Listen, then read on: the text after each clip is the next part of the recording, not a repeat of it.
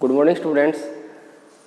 आज हम improper integral first kind के कंपैरिजन टेस्ट और एग्जाम्पल डिस्कस करेंगे। तो अपना जो फर्स्ट काइंड का इम्प्रॉपर इंटीग्रल है उसमें फर्स्ट कंपैरिजन टेस्ट है। देखो कंपैरिजन टेस्ट,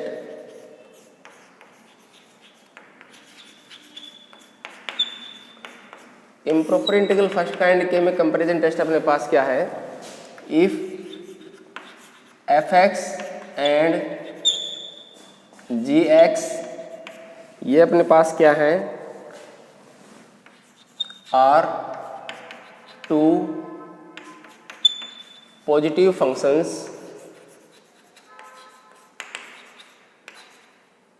सच दैट, और क्या है अपने पास ये कि f(x) जो है always less than equal to gx है, कौन से इंटरवल में, for all x greater than equal to a। ठीक है, देन तो अपने पास क्या होगा, दो पॉसिबिलिटीज होंगी। पहली है इफ gx जो अपने पास इंटीग्रल है, इंटीग्रेशन की limit a to infinity gx dx is convergent, this implies integral a to infinity f dx is convergent. ठीक है, और सेकंड पॉसिबिलिटी है अपने पास if integral a to infinity f dx is divergent, then this implies integral a to infinity g of dx is divergent. ठीक है, जैसे अपने पास इम्प्रॉपर इंटीग्रल सेकंड काइंड का कंपैरिजन टेस्ट था, डिक्टो सेम है ये। इसमें लिमिट ऑफ इंटीग्रेशन अपनी चेंज हो जाएंगी। क्या है, f(x) और g(x) कोई भी दो पॉजिटिव फंक्शंस हैं, और f(x) क्या है, always less than equal to gx है, for all x greater than equal to a। Then two possibilities क्या क्या बनेंगी कि जो बड़ा फंक्शन कन्वर्जेंट तो छोटा भी कन्वर्जेंट, और छोटा डाइवर्जेंट तो बड़ा भी डाइवर्जेंट। ठीक है, उसके बाद very very important comparison test है। जैसे अपने पास इम्प्रॉपर इंटीग्रल सेकंड काइंड के थे वैसे ही हैं।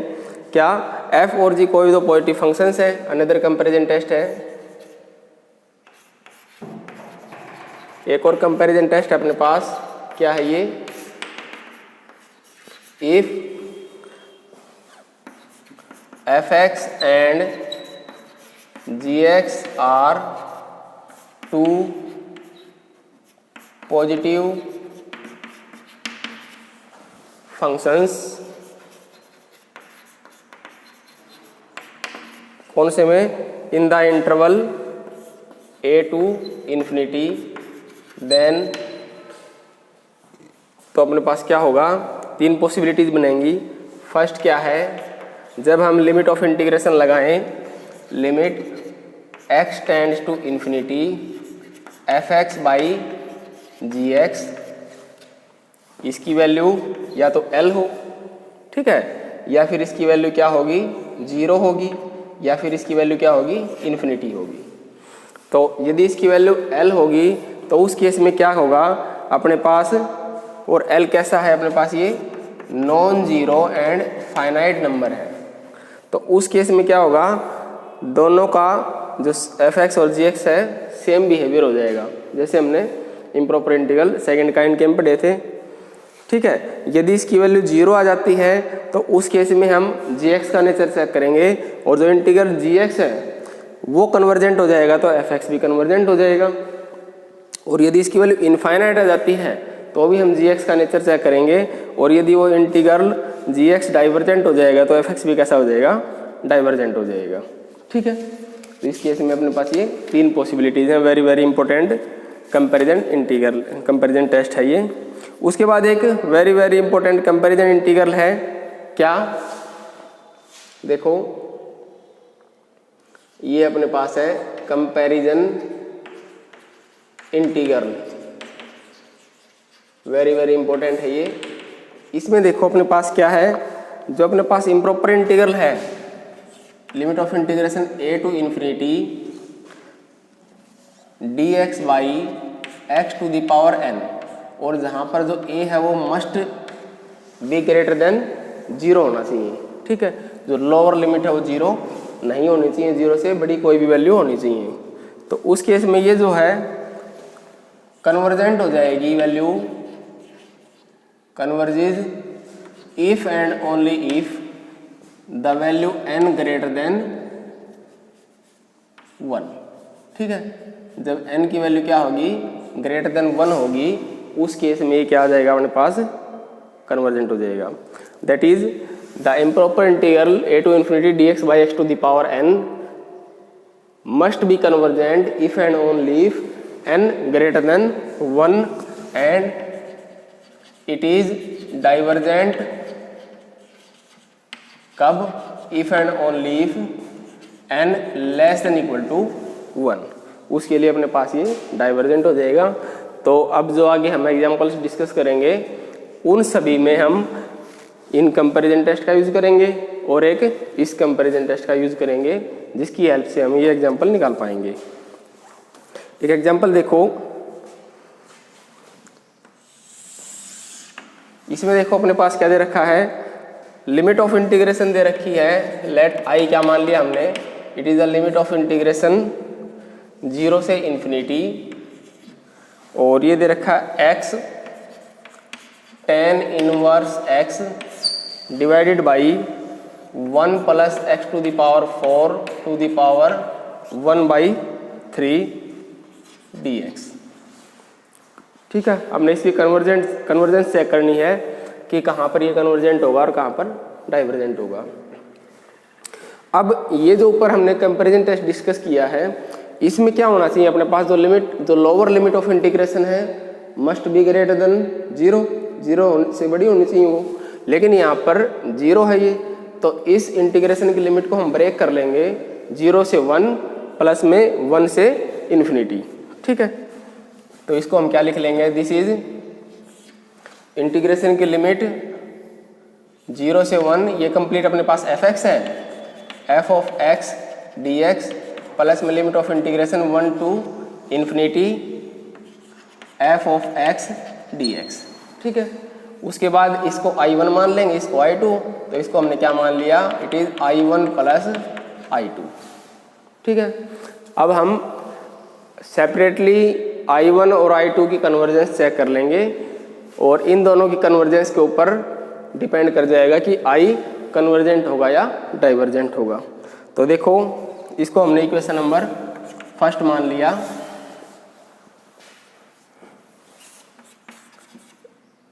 The integral I1 is a proper integral and hence convergent. I1 अपने पास क्या है, प्रॉपर इंटीग्रल है, क्योंकि जब हम इसमें 0 पुट करेंगे या 1 पुट करेंगे, 0 1 के बीच में कोई भी वैल्यू पुट करेंगे, इसकी वैल्यू फाइनाइट आएगी। तो I1 अपने पास फाइनाइट वैल्यू दे रहा है, तो I1 एक प्रॉपर इंटीग्रल है, और प्रॉपर इंटीग्रल है तो ये कन्वर्जेंट है। उसके बाद फिर हम I2 की बिहेवियर चेक करेंगे। I2 के लिए देखो, लेट fx क्या है अपने पास, fx अपने पास x tangent inverse x by 1 plus x to the power 4 to the power 1/3। ठीक है, अब इसमें करना क्या, हमने नीचे से x की जितनी वैल्यू कॉमन आ रही होगी उसको बाहर निकाल लेंगे, और ऊपर से भी x की वैल्यू जितनी कॉमन आती होगी उसको बाहर निकाल लेंगे। तो ऊपर से x की पावर 1 जो है वो ही कॉमन आ रही है, और नीचे से x की पावर 4 है, उसकी पावर 1/3 है, इसको बाहर निकाल लेंगे तो कितनी बन जाएगी, x की पावर 4/3 कॉमन आ जाएगी। तो इसको हम क्या लिख देंगे, this is equal to x tangent inverse x as it is, और बाहर आ जाएगी यहाँ पे x की पावर 4/3, अंदर क्या बच गया, it is 1/x to the power 4 plus में 1 और इसकी पावर 1/3। ठीक है,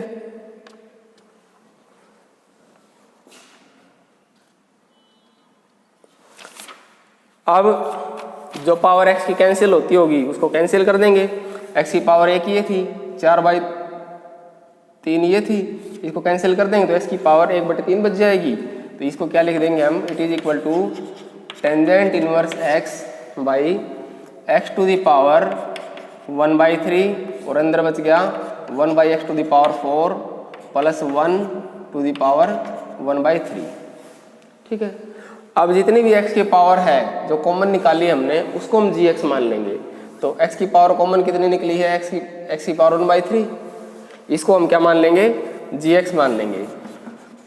now take g of x is equal to 1/x to the power 1/3। अब उसके बाद वही सेम कंपैरिजन टेस्ट अप्लाई कर देंगे। Now consider limit x tends to infinity f of x by g of x। fx को हमने solve किया, वो इसके इक्वल आ गया था, इसको gx से डिवाइड करेंगे तो 1/x to the power 1/3 cancel हो जाएगी। तो किसके इक्वल आ जाएगा ये, this is equal to limit x tends to infinity, ये आ जाएगा अपने पास tangent inverse x divided by 1 plus x to the power 4 plus 1 की पावर 1/3। ये अपने पास 1 वैल्यू बन जाएगी और टेंजेंट इनवर्स इन्फिनिटी कितना हो जाएगा, π/2। ये कैसा आ गया अपने पास, which is non zero and finite number आ गया। And hence by therefore by comparison test, therefore by comparison test क्या आ जाएगा अपने पास, जो इंटीग्रल है 1 से infinity fx dx and integration की लिमिट 1 से infinity g of x dx both have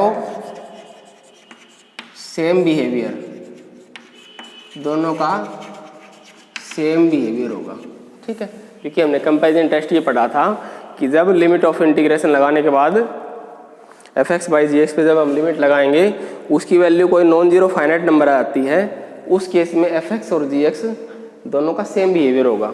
ठीक है, तो यहाँ पर क्या आ गया अपने पास, fx और gx दोनों का सेम बिहेवियर होगा। अब हम क्या करेंगे, जो gx है उसका बिहेवियर चेक कर लेंगे। ठीक है, उसके ऊपर वैसा ही उसका fx का भी बिहेवियर आ जाएगा। But the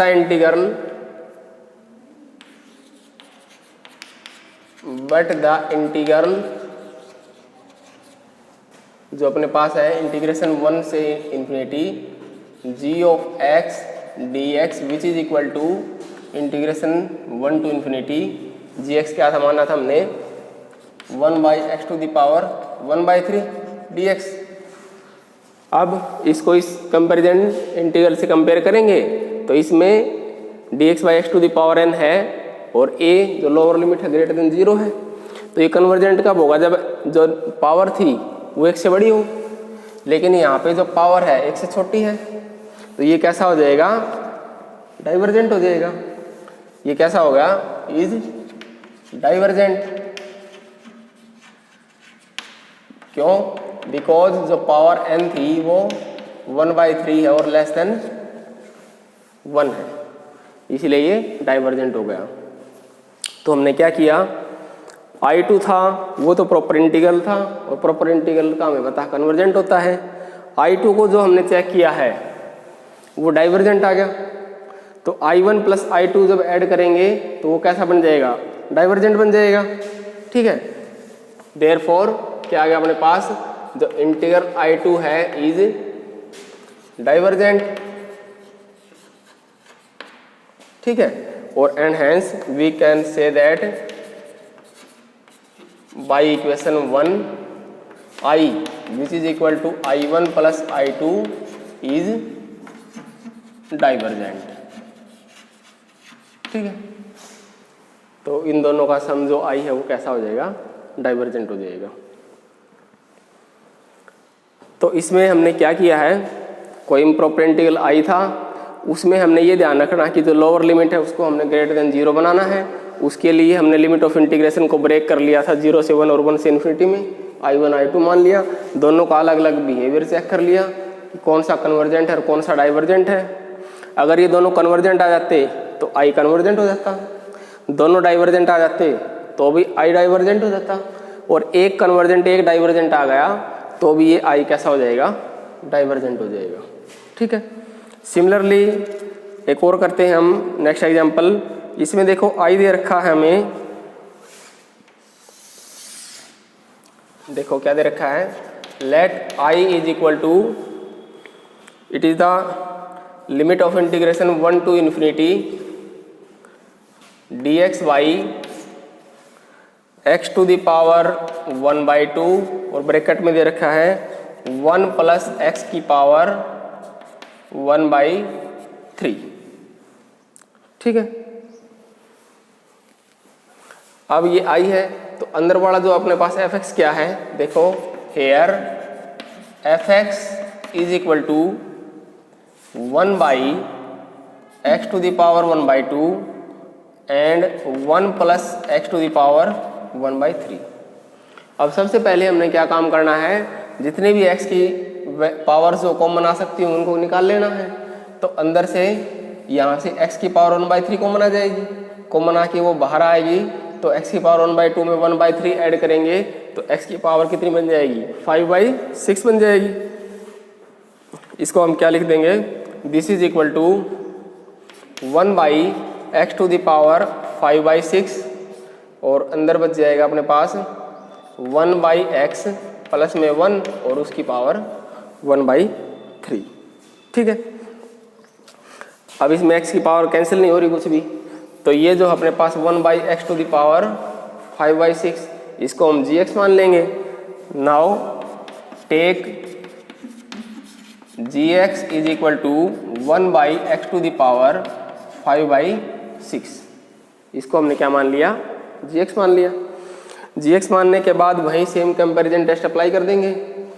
now limit x tends to infinity f of x by g of x which is equal to limit x tends to infinity fx by gx divide करेंगे, कैंसिल हो जाएगी तो अपने पास क्या बच गया, 1/x प्लस में 1 की पावर 1/3। अब जब इसमें limit x tends to infinity apply करेंगे तो ये वैल्यू क्या बन गई, 1 which is non zero and finite number, and hence in this case also both of fx and gx have same behaviour. Same behaviour होगा तो फिर हम gx का नेचर चेक करेंगे। अब gx क्या है, gx हमने ये माना 1/x to the power 5/6। अब जो पावर 5/6 है वो क्या है, इट इज लेस देन 1 है। तो by this comparison test convergent कब होता, जब पावर 1 से बड़ी होती। इस केस में भी अपने पास जो पावर 1 से छोटी है तो gx कैसा हो जाएगा, इंटीग्रल gx वो डाइवर्जेंट हो जाएगा, और gx डाइवर्जेंट हो गया तो fx भी कैसा हो जाएगा, डाइवर्जेंट हो जाएगा। ठीक है। तो आज हमने इम्प्रॉपर इंटीग्रल फर्स्ट काइंड के एग्जाम्पल पढ़े हैं, बाकी हम नेक्स्ट टाइम डिस्कस करेंगे। Thank you.